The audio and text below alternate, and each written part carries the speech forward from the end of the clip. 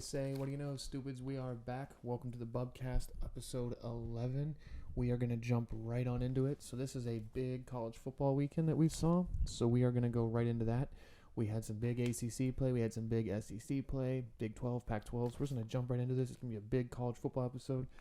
We got the stuff right here on the right, to my right shoulder, what we're going to go over. So if you need anything of that, just let me know. We'll go ahead and get started, all right? So, wild weekend.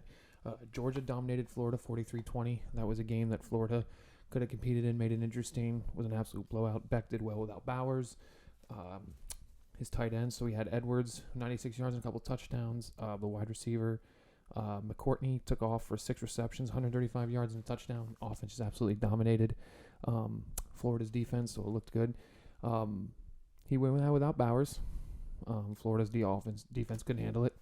couldn't stop Georgia's powered offense, even without their top guy, Bowers, and they still had guys get it done. Ohio State's defense keeps Wisconsin at bay. Ohio State gets out of there winning 21-12.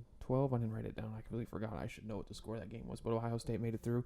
Marvin Harrison had another over 100-yard game, 6 receptions, 123 yards, 2 touchdowns. Henderson, first game back, running back, dominated. 24 carries, 162 yards and a touchdown. McCord, 2 interceptions, threw kind of like in the same time period, didn't look good. He looked human. First time he's thrown more than one. But he game manager, controlled the game and did just enough to get us done. Marvin Harrison and Henderson did what they needed to do to get us winning. So even with McCord struggling, Marvin Harrison did what he needed to do, and Henderson got it done for us. FSU dominates Wake Forest, 41-16. Jordan Travis had 3 touchdowns, 359 yards. FSU didn't even get tested. The game wasn't even good. It was blowout from quarter 2 on. Washington hangs on against Stanford, 42-33. Penix Jr. had 369 yards, 4 touchdowns, an interception. Polk had 5 receptions, 148 yards, and 2 touchdowns. Again, Stanford hung around. Washington's defense gave him a chance, but Stanford got him. Oh, wow. Washington allowed Stanford to hang around, but Washington ended up getting it done. So kudos to Washington. They ended up getting it done, doing what they needed to do. Kansas, probably the best game of the weekend, shocked Oklahoma.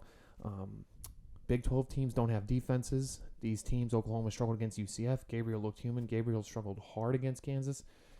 It was a home game for Kansas. They brought the energy, and they beat Oklahoma. That just opened the floodgates for the Big 12. You're going to have teams now that are going to be in the hunt with a 2 losses in conference.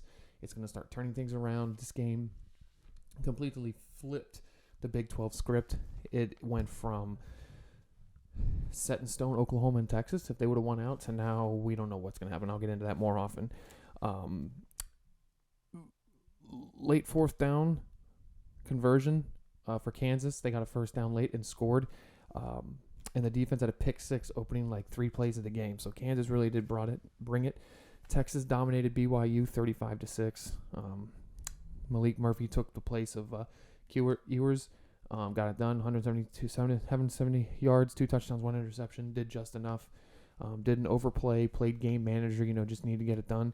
Oregon dominated Utah on the road. That was a game day. That was supposed to be the best game of the weekend, and that was an absolute crapshoot. I think Oregon is probably the play team from the Pac-12 to get into the college football. Like, they're for real. Bo Nix, that team can put up points.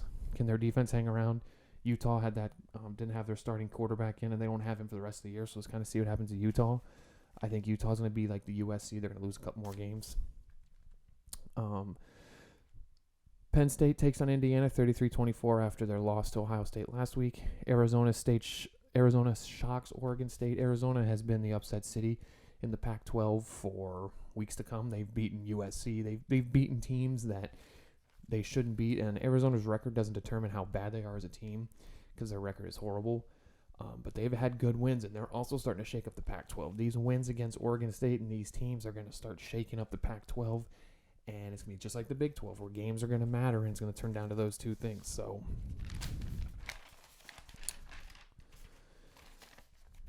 UCLA dominated Colorado. Colorado, no one's talking about them anymore. You can't go from this, that, or the other. With Colorado, no one's really talking about them. They're not in the hype. They're not in the news. Colorado has 1 win in the Pac-12, and they gave up 487 yards of total offense. So first part of the year we're talking about them. Now it's starting to look like actual Colorado.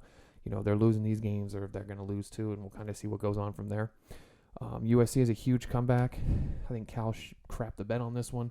They're 1 point away from tying, and they go for 2 to lose, so I'm not sure what Cal was thinking. Cal was up 29-43 in the fourth quarter. They had 4 turnovers. USC is still not a top Pac-12 team. They should have lost this game. If Cal's a better team, they lose this game, no questions asked. So I kind of look more like, did Cal lose the game or did USC win the game? I think UCLA handed them the game. I still think USC is going to have 2 more losses out of their last 4. They play really tough games, and I don't think they're going to be able to compete with those teams, so I wouldn't be surprised if they lose. Number 25, James Madison, still undefeated. Beat Old Dominion 30-27. James Madison, keep them ranked, keep undefeated. Northwestern shocks Maryland. Maryland is a team that's going to give teams in the Big Ten trouble, and Northwestern took them down. Texas A&M beat South Carolina 30-17. Texas A&M, Jimbo Fisher, hot seat. What are they going to do? He got a good win at home. KSU beat Houston 41-0. West Virginia beat UCF, who still hasn't won a conference game. UCF has struggled hard in the Big 12. NC State beat Clemson 2-4, and Clemson's 2-4 in ACC play. Is Clemson's run complete? I think it is for this season. Kind of see what their recruiting class looks like, but they are not the thresholders of the ACC. If FSU has a year they do, North Carolina, Duke, you've got teams that are doing really, really well, and then there's teams that are going to get recruitment and get guys that come play for their school. So we'll have to see how that goes. And, deeper question, do I think they're done? I don't think they're done. I do think that they're going to struggle getting recruitment, especially in ACC. I mean, they are not looking good. I don't know what's going to happen with Dabo, but it's hard to say what their future holds. But this season, I think that season is set and tell to see that they may not even get a decent bowl game. They play in the Ritz bowl game. But recruitment's a big thing in the ACC is flippy-floppy. No one was talking about FSU 2 years ago. Now FSU's the king of the crop for now. But FSU's going to get a strong recruitment class. They get in the college football playoff, they're going to have recruitments come to that school. So Ole Miss dominates Vandy 33-7. Notre Dame dominates Pitt 58-7. Georgia Tech shocks NC. North Carolina, 2 straight losses to teams under 500. ACC's got some spoilers. They're playing spoiler. Georgia Tech pretty much knocked out UNC to play in the conference championship game. So you have these teams that are going to play teams that are in contention for the conference championship, and they're going to get beat. And it's a trap game, and now they're in there. They knocked them out. Louisville dominates Duke. Duke also was probably eliminated from the ACC championship game based on their losses in conference play. Louisville beat them 23-0. Louisville right now is number 2 to play FSU for the ACC title game.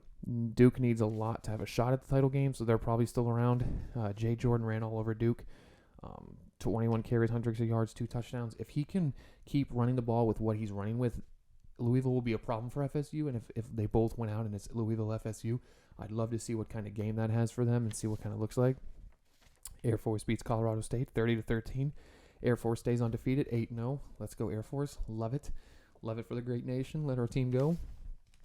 Tennessee survives on the road against Kentucky 33-27. Offensive battle, over 900 yards combined. Tulane survives against Rice 30-28, still undefeated in conference play. So, we're going through these games, that's going to start getting to the nitty-gritty. Conference play, so we'll see how that goes.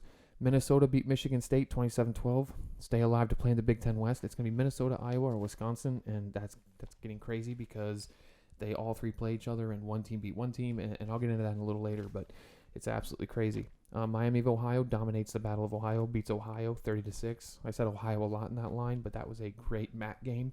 I know I have some viewers who are like, what's up with the MAC? Why are we always talking about the MAC? Well, when you're up there, you got nothing else but football, so rock on with the MAC. Arizona State has another big win against struggling Washington State University, 38-27. Washington State struggled all year. They really haven't gotten much done. Oklahoma State dominates Cincy 45-13, another team that struggled in the Big 12 in their first year. So let's get into these conference standings. So this is going to be the big part of the next couple episodes for my college football season anyway. These episodes are going to really get into the deep struggles and everything else. So the Big 12. So you've got Oklahoma, Iowa State, and Oklahoma State, all 4-1 in conference play. Now, Oklahoma is 7-1. Iowa State is 5-3. Oklahoma State is 6-2. Texas is also 4-1 in conference play, and they're 6-2. Kansas State is 4-1 and 6-2. I know I said a lot, so I got 1, 2, 3, 4. I got 5 teams that are 4-1 Iowa State is 5-3. The other 3 teams are 6-2, and Oklahoma is 7-1.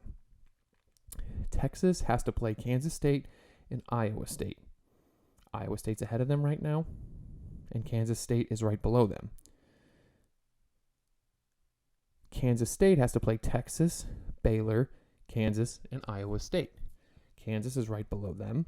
Iowa State is above them. Oklahoma and Oklahoma State have to play each other. So you kind of see how this goes. Team 2 in the standings plays Team 6, and they're both 4-1 and 6-2 or 5-3. One game can flip 4 teams. The team in 6th place can go to 3rd place like that. The Big 12 is going to get insane. It is not as what everyone thought. Oklahoma and Texas going off again. Oklahoma's going to have to win out to stay alive. They play Oklahoma State and pretty much no one else. Texas has got it tough, but if Texas can win out and beat Iowa State and Oklahoma beats Oklahoma State, it could work out to that way. So the Big 12 is crazy. The loser of Oklahoma State is going to be a conference championship eliminator. One of those teams is going to go down to a 3rd loss and a 2nd loss in overall conference play. Iowa State plays Kansas, Texas, and Kansas State. Tough schedule. Iowa State's got the hardest. They play Kansas and Texas are both on a rise, and KSU is right there. So that's Big 12. Keep an eye on my Twitter at the Bubcast _. I'll give you updates on that. I'm going to give you scenarios as we get closer. The Pac-12. You have Washington at 5-0 in conference play, USC at 5-1 in conference play, Oregon at 4-1 in conference play, Oregon State at 3-2 in conference play, Utah's 3-2, Arizona's 3-2, UCLA is 3-2. Now, with that being said, these 3-2 teams, Oregon State, Utah, Arizona, and UCLA, are going to need help. They're going to need someone to lose ahead of them a couple times. They're going to need a lot. Utah's in trouble. 2 losses in conference play really doesn't help. So they're going to need some people ahead of them to lose. Oregon State can play spoiler. Oregon State plays Washington and Oregon. 2 teams ahead of them. Get Washington a loss, Oregon a 2nd loss. Things can start to fall into play. USC right now is number 2 in the conference at 7-2 and 5-1 in conference play. They're not going to stay there. They're going to lose. They still have to play. USC still has to play Washington, Oregon, and UCLA. I say they would lose 2 out of those 3. They will not beat Oregon or Washington. So Washington and Oregon are going to get big wins, and I think it's going to portray them up. And Oregon State's going to need a miracle. So it's really looking to Washington, Oregon, and the Pac-12. Washington's got a tough schedule, though. Washington's got at USC versus Utah and Oregon State. Utah and Oregon State could afford. Utah and Oregon State can play spoiler. Washington can afford a loss. One of those games gives them a loss, they're not out of it because they're still undefeated. So one loss now late is gonna affect their college football playoffs, but it won't affect them playing for the Pac-12. And if you play for the Pac-12 with 1 loss and win, you can get consideration to go in there. They're right now they're thinking they're gonna get 2 Big Ten teams in, one SEC, and then 1 Pac-12. They don't have anyone from the Big 12 getting in at the moment. The rankings come out on Tuesday. USC is a tough schedule, like I said, and Washington can afford a loss. So you've got the top 4 teams are interchangeably playing each other. So it's going to get crazy. The ACC is also getting crazy. FSU is 6-0 in conference play and 8-0. Louisville's 4-1. Virginia Tech is 3-1. Georgia Tech, UNC, Duke, and Miami. Georgia Tech and UNC are 3-2. Duke and Miami are 2-2. So Duke and Miami need a lot. North Carolina needs a lot. Georgia Tech can play spoiler. Virginia Tech can play spoiler. But those 5 teams I just listed, right now, Louisville plays out, they're in. But they do play Virginia Tech, Virginia at Miami versus Kentucky. Virginia has been playing spoiler here recently in the ACC. Miami on the road is going to be tough, and home against Kentucky, rivalry game. So Louisville wins out. They're playing FSU, and I like Louisville's chance against FSU. That spread probably be 6.5, 6. I like Louisville. But you got FSU plays Pitt, Miami, North Bama, and Florida. Florida can play spoiler. Miami can play spoiler. That'd be a trap game for Miami or for Florida State, going to Miami and playing Florida. It's a rivalry game. Florida can be like, our season's done. Let's ruin FSU's season. They lose the last game of the year. that can knock them out of the college football playoff, but probably in the ACC. So I'm looking at FSU, Louisville. ACC is crazy. SEC, even getting crazier. You've got Georgia at 5-0, Missouri at 3-1. Florida, Tennessee, Kentucky. Florida, Tennessee are 3-2. Kentucky's 2-3. Those three teams need help. Missouri has got a crazy tough schedule to get into the championship game. They play Georgia, Tennessee, Florida, and Arkansas. They lose to Georgia. Georgia's pretty much getting into the SEC championship game. They're going to win the East. They went out against Tennessee, Florida, Arkansas, and then Georgia loses to a Georgia Tech, a Tennessee, an Ole Miss, or a Mizzou. If Missouri even beats them, Missouri could beat Georgia. Ole Miss could beat Georgia. Tennessee could beat Georgia. Georgia Tech could play spoiler. Georgia Tech, that Georgia rivalry game. So you got, an opportunity. Even if Missouri gets killed, Georgia-Missouri game, if Georgia beats them, that's going to put them 2 losses in conference, or 2 losses in conference play. They're going to need a miracle. They're going to need Georgia to lose 2 games out of those 4, and I don't even see them losing one of them. So the Georgia-Missouri game, the winner of that's going to be in the SEC East. SEC West, it's Bama, Ole Miss, LSU, and A&M. Pretty much Bama wins out in their end. They've beaten Ole Miss and they would have beaten Ole Miss and LSU. Ole Miss beat LSU, so Ole Miss is ahead of LSU right now at a 4-1 conference play, 7-1 overall. So if Bama wins out, it's Bama, Georgia, and that'd be a great SEC championship game. If LSU beats Bama, things start to open up. That'll put Ole Miss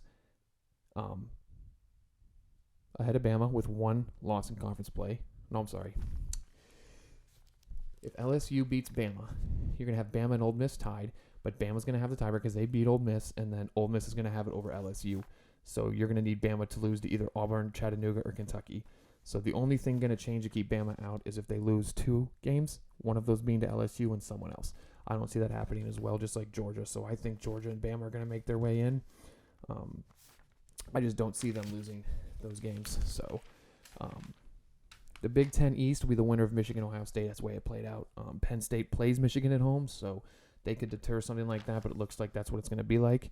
The Big Ten West is insane. Minnesota, Iowa, and Wisconsin are all 3-2 in conference play. Iowa lost to Minnesota, so Minnesota has a tiebreaker, and Wisconsin and Minnesota play the last game of the year, and Iowa beat Wisconsin. So depending on what Iowa does against Northwestern, Rutgers, Illinois, and Nebraska, and if Minnesota wins out, they should get in. But Minnesota plays Illinois, Purdue, Ohio State, and Wisconsin. They could lose to Ohio State and Wisconsin, and that would really shake things up because, like I said, Iowa lost to Minnesota, Wisconsin would have beaten Minnesota, and Iowa would have beaten Wisconsin. So that would start to trickle down and be crazy. I think Minnesota is going to lose to Ohio State, but beat Wisconsin, and that's going to cover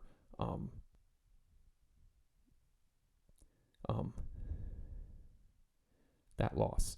Now, if Minnesota loses to Ohio State and Wisconsin wins, Iowa's going to need to lose another game because Minnesota has a tiebreaker over Iowa. And Minnesota has a tiebreaker over Iowa, and Iowa has it over Wisconsin. So if Wisconsin beats Minnesota, Indiana, Northwest, and Nebraska, and Minnesota loses to Ohio State and Wisconsin will trump Minnesota, and then Iowa, Minnesota will play. So it gets very tricky down there in the last 3 teams. All 3 teams are alive. Minnesota and Wisconsin play in the last game of the year. I think that will determine the conference play. If Iowa can survive and win out and make it a lot more interesting, the Wisconsin-Minnesota game might go to Iowa because if Wisconsin beats Minnesota and knocks Minnesota down with that second loss outside of Ohio State, Wisconsin and Iowa would be tied, and Iowa would get it because Wisconsin lost to Iowa. Minnesota wins out, they'll win the West. A loss throws everything into a frenzy. So our playoff rankings come out Halloween on Tuesday night. So that's going to be the first rankings. Here's the top 25 coaches poll. You have number 1 Georgia, number 2 Michigan, number 3 Ohio State, number 4 FSU, number 5 Washington, number 6 Oregon, 7 Texas, 8 Bama, 9 Penn State, 10 Oklahoma, 11 Ole Miss, 12 Notre Dame, 13 LSU, 14 Mizzou, 15 Louisville, 16 Oregon State, 17 Air Force, 18 Utah, 19 Tennessee, 20 UCLA, 21 Tulane, 22 Kansas, 23 James Madison, 24 USC, 25 KSU. Utah went down 5. Unranked Kansas went to ranked. Oklahoma went down 5. UNC and Duke dropped because they're trash. And Oregon State went down 5. The playoff rankings, like I said, come out Tuesday. Check my Twitter for what I think my playoff rankings should be. So my top 10, I'll post on Twitter and I'll tell you all right now. I have a few changes other than Michigan and Ohio State should be swapped. Unbiased, I think Ohio State has played harder schedule than Michigan, so that would trump them going to 2 instead of 3. So I would have Georgia, Ohio State, Georgia at 1, Ohio State at 2, Michigan at 3, FSU at 4, Washington at 5, Oregon at 6, Texas at 7, Bama at 8, Penn State at 9, Oklahoma at 10. That would be my college football playoff top 10. Pretty much the same. Nothing really has changed. So we're going to get into some really big games this coming up weekend. I know it's going to be out Sunday. This episode's going to be out Sunday night, but just keep an eye out for these games because these games are going to be crazy. For some ranked games, we got 25 Kansas State at Texas. Big 12 implications. We've got number 10 Oklahoma at Oklahoma State. Big 12 implications. Number 25 Kansas at Iowa State. Big 12 implications. Those 3 games alone will start to shift the doubters to the posers and to the composers. Number 5, Washington. Number 24, USC. Pac-12 implications. Number 13, LSU. At number 8, Bama. 3:30 game. Lock that in. I'm going to a wedding this weekend, so I'm going to try my best to watch that game. That game is going to be nuts. Number 14, Mizzou at Georgia. SEC play in hand. Missouri wins that game. Things can change if Georgia wins. Georgia pretty much wins the East. So those are probably ranked games. So we got Kentucky at Mississippi State, unranked. BYU at West Virginia. Miami at NC State for some ACC play. Notre Dame at Clemson, a good rivalry game. Texas A&M at Ole Miss. Iowa at Northwestern, Big Ten matchup. Illinois at Minnesota, Big Ten matchup. Implications there. Georgia Tech at Virginia. 2 spoilers looking to get involved. Army at Air Force, good America game. So those are my games. You got a week to get prepared for them, figure it out, what you're going to do, how you're going to watch it. I recommend watching these Big 12 games, Pac-12 games, SEC games to iron out some things and see where things go. But that is episode 11. As you can see down here, my record for top 25 is 83-71, not too shabby, and FBS is 194-141. So appreciate you watching episode 11. Follow us on Instagram at Bubcast Official, Twitter at the Bubcast _, TikTok at the Bubcast. I'm starting to do a lot more TikToks, get my stuff out there, and YouTube at the Bubcast. Please like, subscribe, follow, support this cause. I appreciate everyone's support. I'm starting to enjoy this, really get into this and enjoy myself. So hopefully I can get it set up to where I can have more people on, so it's not just me, myself, and I. But I thank you for the support. What do you say? What do you know? Have a great Sunday night and a great week. Happy Halloween.